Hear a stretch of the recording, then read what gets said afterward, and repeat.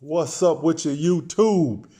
It's your man back in the building, Gypsy Hustle, aka Mr. Make You Smile, aka the Happy Hatter, aka your man Chucky B. That's me. All right. So, like I said, I've been running around a little bit, been a little busy. So I got my Ohio State hat on today, and I'm wearing Ohio State today because people sleeping on Ohio State. I think those kids are gonna play with a chip on their shoulder because Urban Meyer's gone. They got a new coach, and they lost a lot, and nobody was really talking about them. All the talk was about Michigan winning the Big Ten. So I don't know. I watched Ohio State play. They look pretty good. So that's why I'm wearing my Ohio State hat today. All right, let's get right into it. So I'm gonna start off with some basketball today. All right. So the NBA placed seventh in those FIBA games, and so there were a lot of people upset about that. Um, so let's start. Let's just start with that. All right. People are upset about them finishing seventh. I'm just gonna give my opinion on this because I get tired of hearing other people's opinions, so I can do my thing on my phone and do my own opinion. But people are upset about them finishing seventh. Okay, let me say this. First of all, I said in the beginning that these games should be for the college kids. Anyway, these games should be for the college kids. You want to help grow our game better. You take the best college players and the best high school, top of the line high school players or whatever. You let them try out for these type of games and the Olympics if you want to grow our game. And you let them play. All right. If we don't win every year, so what? You can learn from losing. You learn from losing. From what I've told you, learn from failure. You learn from it. Okay. So my thing is, being a former NBA player, that it's an 82 game season. That's already, even though they have the load management thing going on now, that's a lot of basketball that they're playing, with the preseason games, which is 8 preseason games. And then if you make the playoffs, then you got to turn around and play in the Olympics or these type of games. You have to rest your body at some point. You know what I'm saying? I know these are world-class athletes, however, but you have to rest your body at some point. So me personally, I think that, like I said, these games should be for the high school, college kids. I applaud the guys, Kimball Walker, Jason Tatum, Miles Turner, all those guys for going and doing this. That's big. They took away from their summer. A lot of basketball cats, they like to travel. I was one of them.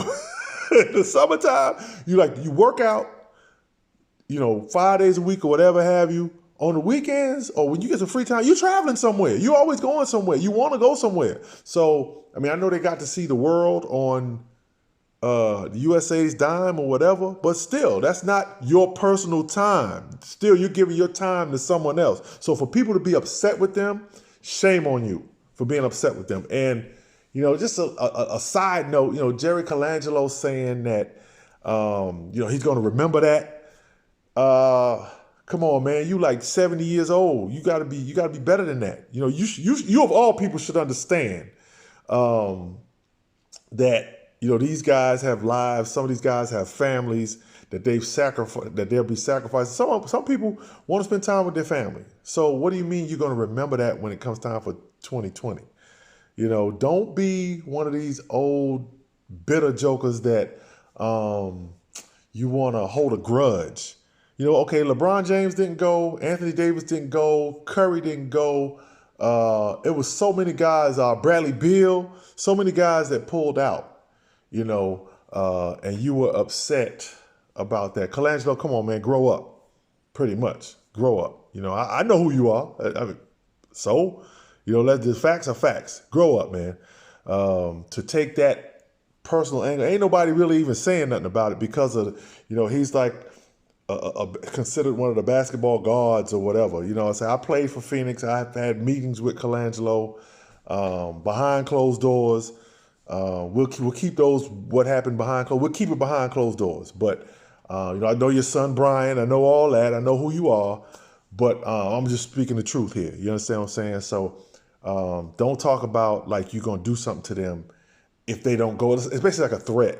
But what if all those guys decide to say, you know what? None of us are going to play. Since you're going to remember that. None of us are going to play. Like I said, personally, for me, the college kids should get the opportunity to grow our game. Instead, what we've done by putting our pros out there, we've helped the world grow their game.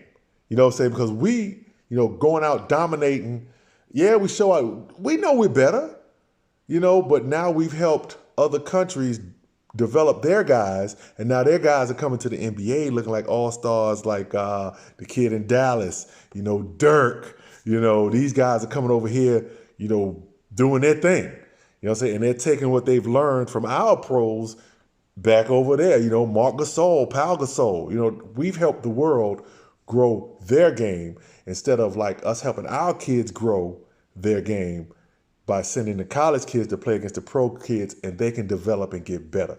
That's just my thing. All right. Next thing. I can go on that one, but I won't. I won't do that. Next thing, Odell Beckham wore a $300,000 watch in a game week 1. All right. Hey, my thing is, you know what? If it's not against the rules, do you? Now does ODB like attention? Maybe. I happen to be a Beckham fan. I'm a Giant fan. But, it is what it is. My personal opinion is if he can afford to be out there and the watch break and it's no big deal for him, all right, cool. I know if I was one of them DBs, I'd try to tackle him and try to get that thing off and might try to do one of them numbers on him. But, hey, if I'm a DB and I see he got that $300,000 watch on, I'm going to try to tackle him and we're going to try to get that thing off your wrist. You know what I'm saying? But no, serious note, hey, it is what it is. People make a big deal out of almost everything, man. We as a country have gotten really sensitive. But, people make a big deal out of everything. And my thing, who is looking so close to his wrist to see what kind of watch it is? Or did he tell somebody? This is crazy. But, like I say, if you can do it, do it. All right, next thing, I'm going to stay on the NFL right now. Lamar Jackson. So far, I know it's early. Week 1, he lit it up. 5 touchdowns. I think week 2, he had a couple more touchdowns. But the kid is not throwing interceptions. And, he's really playing with a chip on his shoulder, which is good because they tried to say he wasn't a quarterback, coming out. Things evolve. The world, things happen in the world. There were supposedly dinosaurs before. The world has evolved. There are no more dinosaurs. All right. Now, the quarterback position has evolved. The defenses have gotten so good to where if you don't have a mobile quarterback, you better have a damn good offensive line.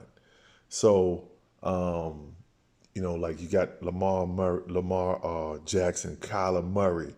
You have these mobile quarterbacks. There are more. Of course, Cam Newton. You know what I'm saying? You got so many. Dak Prescott.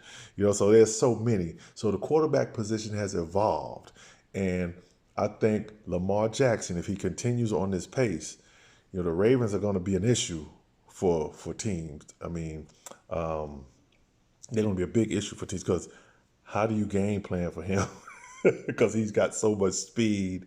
And I will be watching him and very proud of the job that he has done. I don't know him personally, but he seems like a good kid, good young man. He seems like a nice young man, and I wish nothing but the best for him.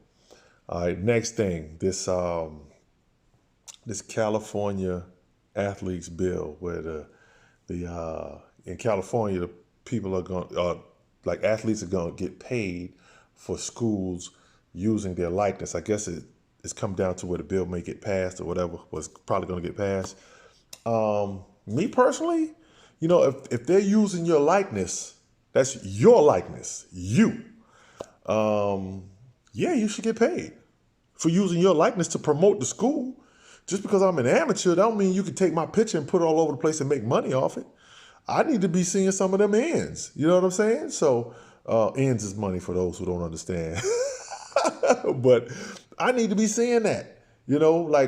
I live in North Carolina, live by NC State, and it hit me a few years ago when I was over there at a basketball game or something. Went to women's. I don't remember, it was a women's basketball game I went to, and one of the young ladies we just got through watching play. My daughter and I were together. I saw the bus. It's a bus that runs around campus and takes the kids everywhere. So the bus drove by, and her picture was all over the bus. I was like, well, dang, I wonder if she getting anything for that. You can't just use people's likeness and not compensate them for it. This is America. There's nothing for free, including using my likeness. You already, and people try to say that, well, she's already, or they're already getting, school paid for. But yeah, that's true. But that doesn't add up. It doesn't add up to what you make off of the likeness that you'll be using to promote, nationally or worldwide, because you have kids come over.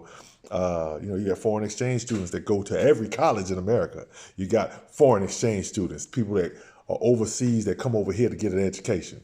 So I think that college athletes should get paid for use of their likeness. Now, as far as like college athletes getting paid, for play, let me say this right here, okay?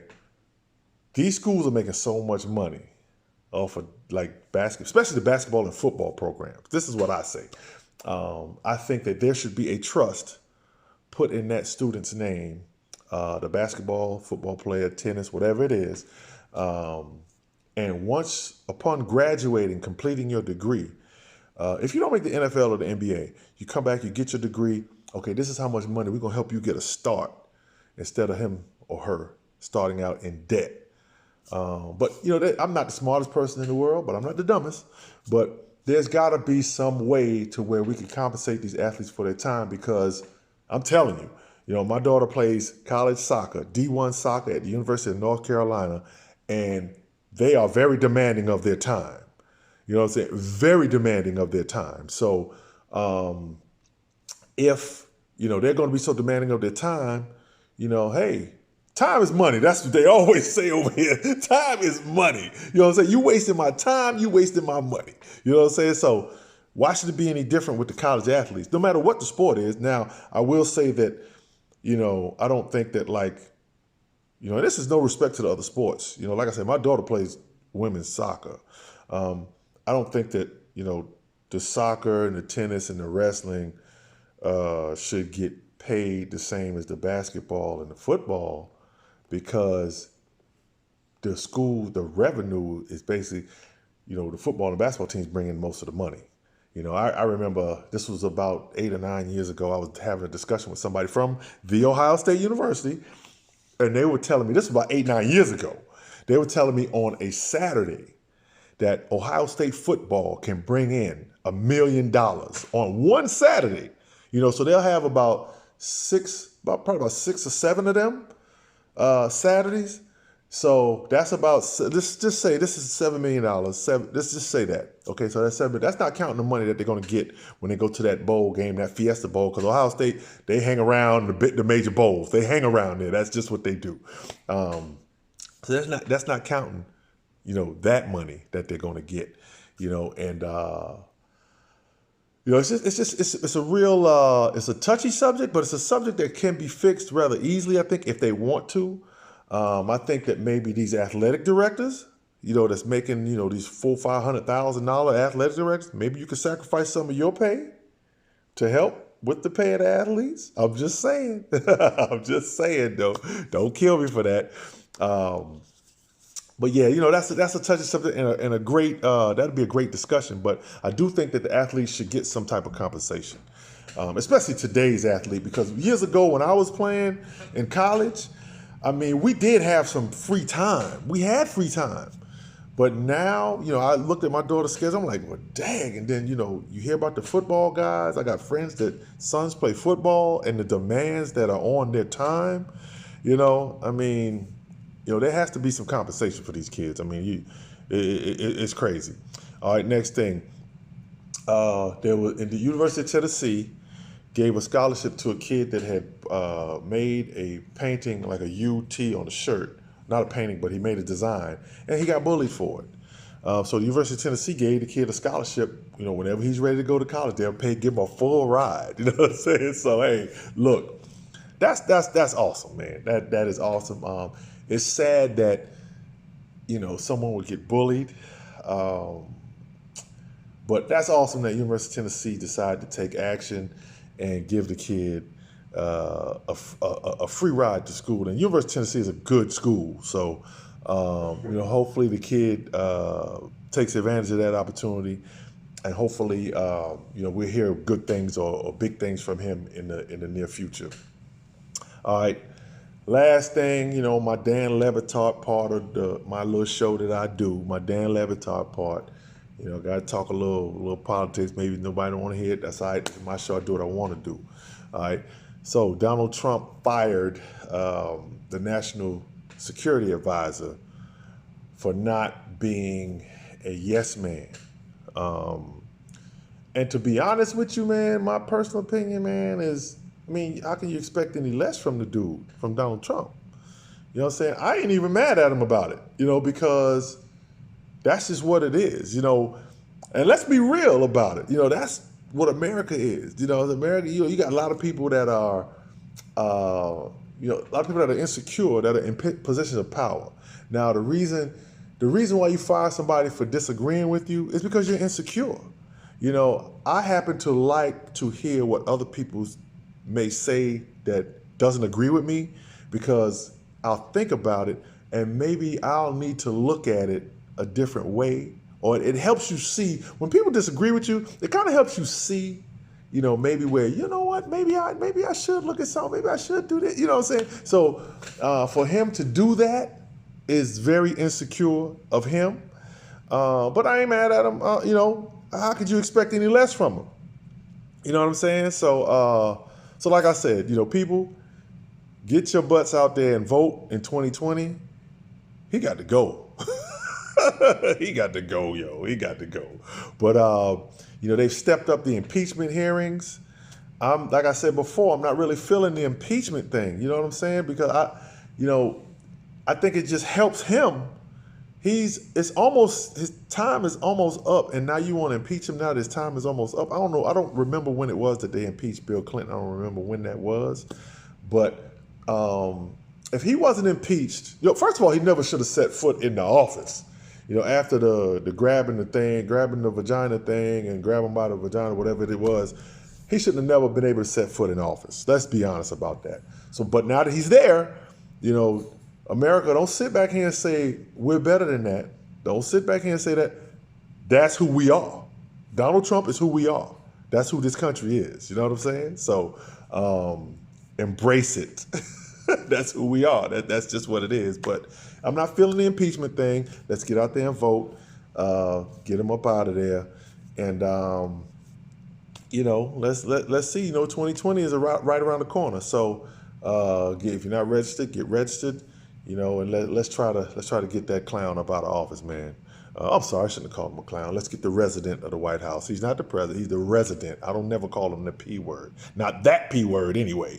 You know what I'm saying? So he's the resident of the White House. All right, so hey, that's it from me, your man Chucky B, a.k.a. the Happy Hatter, a.k.a. Mr. Make You Smile, a.k.a. Gypsy Hustle. Your man, I'm out, signing out. So hey, listen, remember, be nice to somebody, because you never know what type of day that somebody or you know what type of day that they're having. So be nice, make somebody smile. You know what I'm saying? It can do nothing but help. All right. So I'm signing out. Have a great day. All right. Peace.